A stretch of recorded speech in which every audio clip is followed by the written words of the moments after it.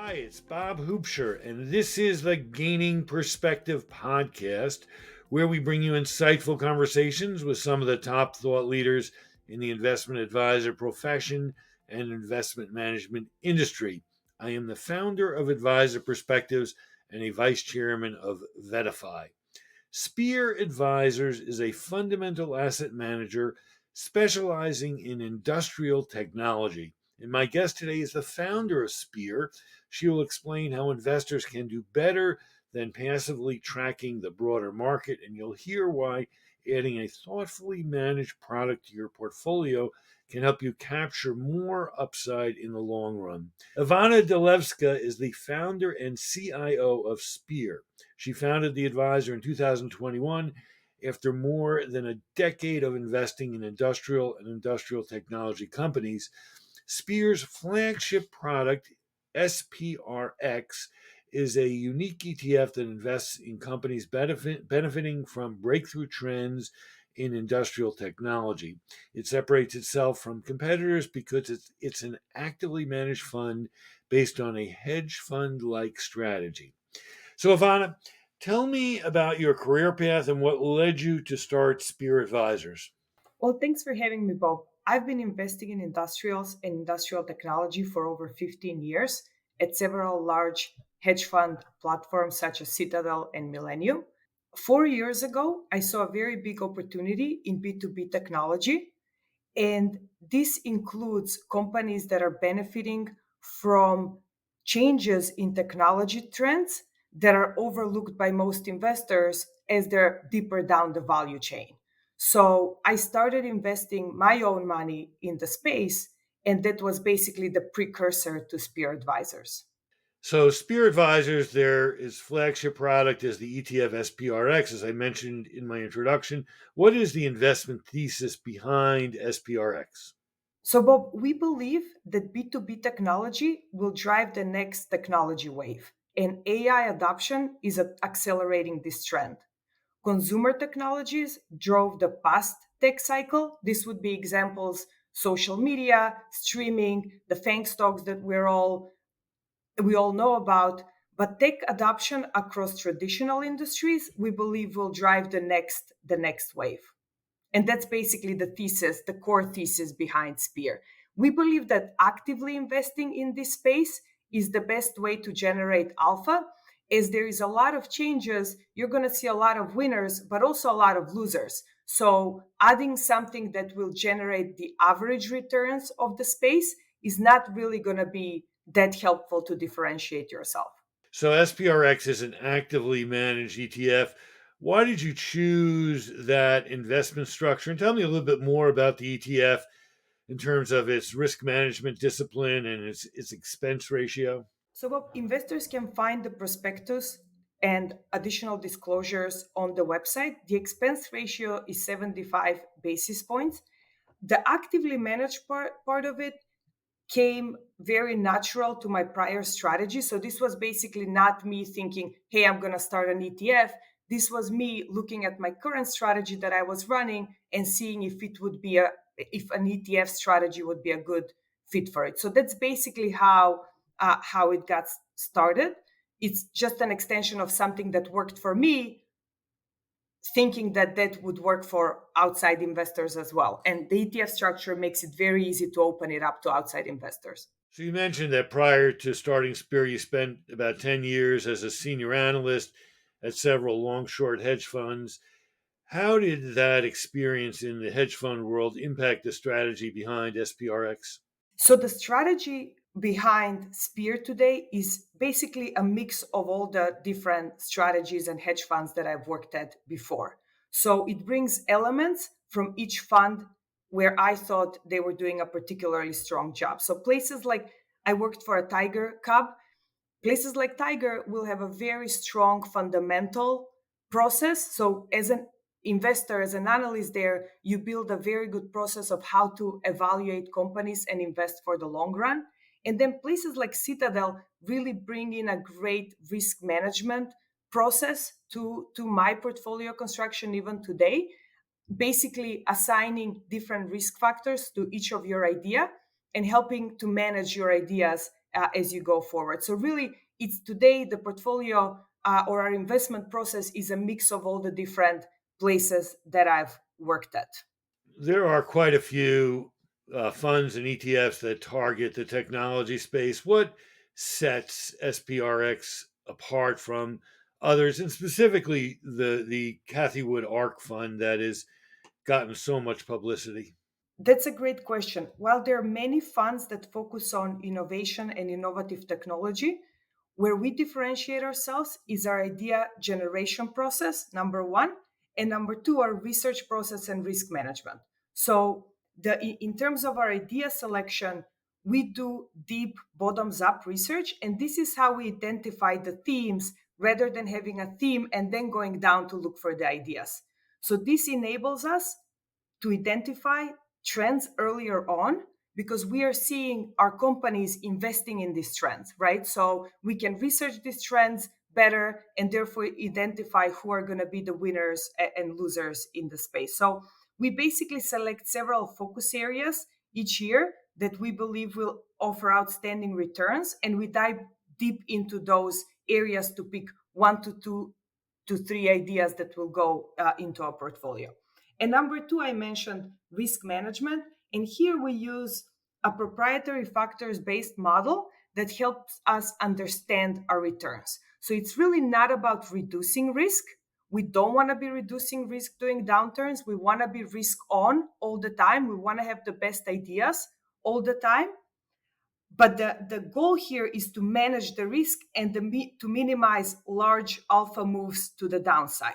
So that's really how, like, if you look at our performance, if you look what we've done, we're really not taking risk down through the downturn, but we're really trying to eliminate some of the large downside moves in our position. So that way, when things turn around, we get to capture the benefit on the upside. One of your core concepts here is that you invest in the value chain rather than in a broader theme. Why is that so? For example, why would you invest in a lithium miner versus just investing in Tesla as a play on electronic vehicles? So, Bob, as we look into the value chains or the themes that we cover, we try to see where are the best opportunities. So, we will analyze a company that's at the end of the value chain, which would be an OEM supplier. Then we'll analyze all the component suppliers that are in that value chain. We'll analyze companies that provide tools for the suppliers, such as simulation software and other tools, right? And then we'll analyze companies that provide the materials. So we look across the value chain and do really more investment analysis rather than just picking ways to play a theme. So we're really looking for good investments rather than basically exposure to an area. So, like 2 or 3 years ago, decarbonization was a big theme. So we looked for ways to play that theme, and that space became very quickly very crowded with the new passive ESG products. So you started seeing valuation really mismatch what a fundamental investor would like to invest in.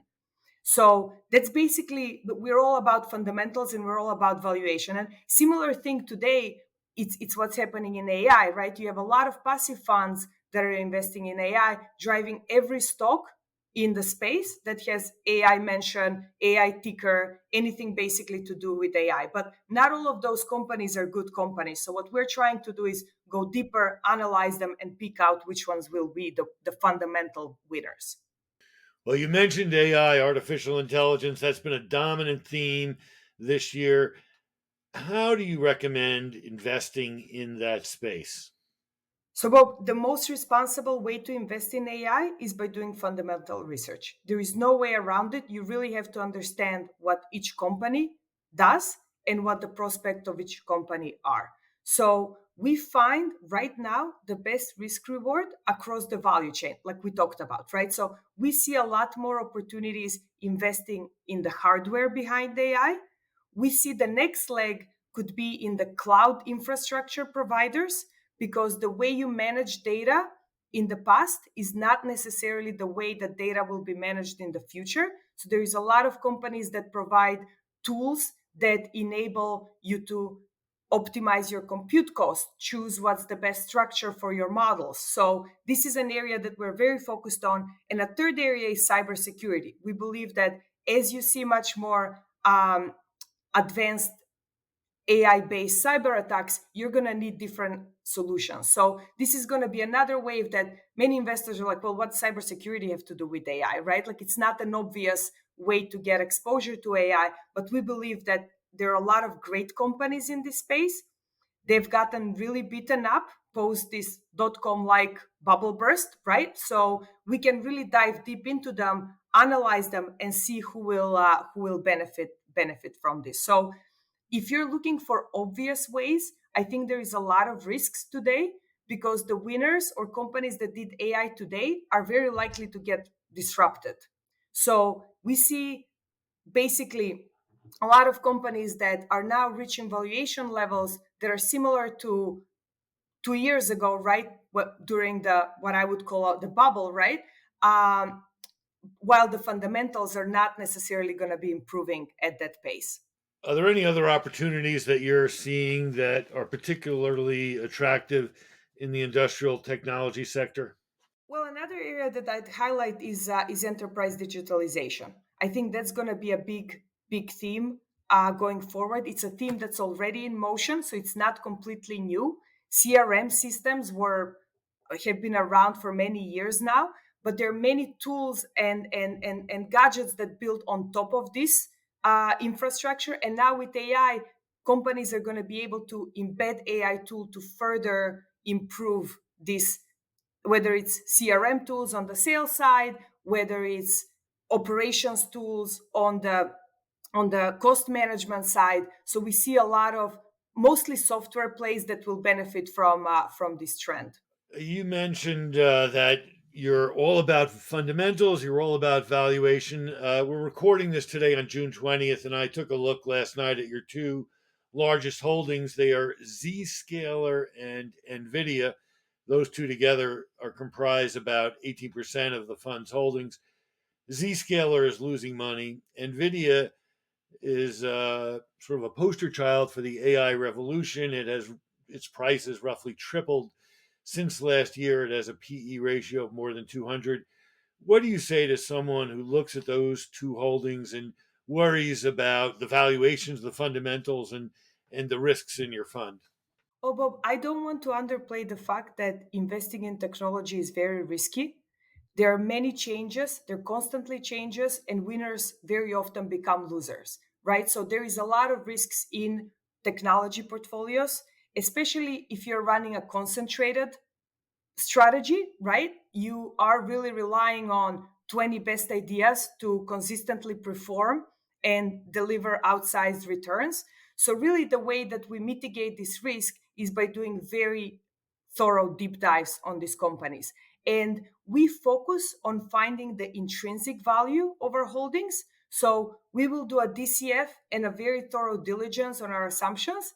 And we can basically that way see the impact of changes in interest rates, growth assumptions. So free cash flow is really the main metric that we look at. Fundamental investing is not necessarily about not as simple as picking one metric. So if you're looking at multiples or if you're looking at profitability, that may outside if not put into context may paint the wrong picture, right? So for the case like Nvidia, estimates going into this earnings report for this year were very similar to earnings 2 years ago. Do you think Nvidia will deliver earnings similar to 2 years ago after this investment boom that's going in AI? Not really. So it's really all about projecting where earnings are going to be the next 5 to 10 years out and figuring out how much are you willing to pay for that. Same thing with profitability. It's very different if a company is free cash flow break even, delivering 40% growth, right? Or if they're free cash flow negative, delivering 20% growth. Those are two very different scenarios. So we basically are trying to paint the full picture and understand what the drivers for the business will be going forward. If there's one key takeaway that you would like to leave with our audience of financial advisors about the diligence that they should perform on actively managed investment products such as SPRX, especially one that invests in many fast growing technology stocks, what would that be? So I would definitely recommend investors to understand the process of each manager, how they pick stocks and how stocks go into their portfolios. We put out a lot of content on our website, such as primers, deep dives on many of the focus areas that we dive deeper in. So these are not necessarily investment recommendations, but are meant to provide background on the areas that you're invested in. So if you understand those, you'll very quickly understand the portfolio, the construction, like what goes in, what goes out of the portfolio. So, and the other thing I would recommend people look at is how different funds perform under different environments. That's very important, and we're lucky given that this downturn that we went through last year. Investors can have a good view of how funds manage risk, how they perform during downturns. And even though we don't expect to see another downturn of this magnitude for the next 5 to 10 years, it is very important to understand the downside that is embedded into these investment ideas. Well, we will include a link in the notes that accompany this podcast to the Spear Advisors website. I know that there are a lot of white papers and other content there. There's a white paper that I looked at last night on cybersecurity and what's happening in that part of the world, as well as information on the SPRX ETF. Ivana, is there anything else you'd like to add? Well, just want to thank you, Bob, for having me on the podcast, and thank Verify. You're welcome. And thank you for listening to the Gaining Perspective podcast with Bob Hoopsher, and today featuring Ivana Delevska of Spear Advisors. To support our podcast, please share, subscribe, or leave a review to help make our podcast more findable for your friends and colleagues. You can subscribe to Gaining Perspective on iTunes, Spotify, and Stitcher.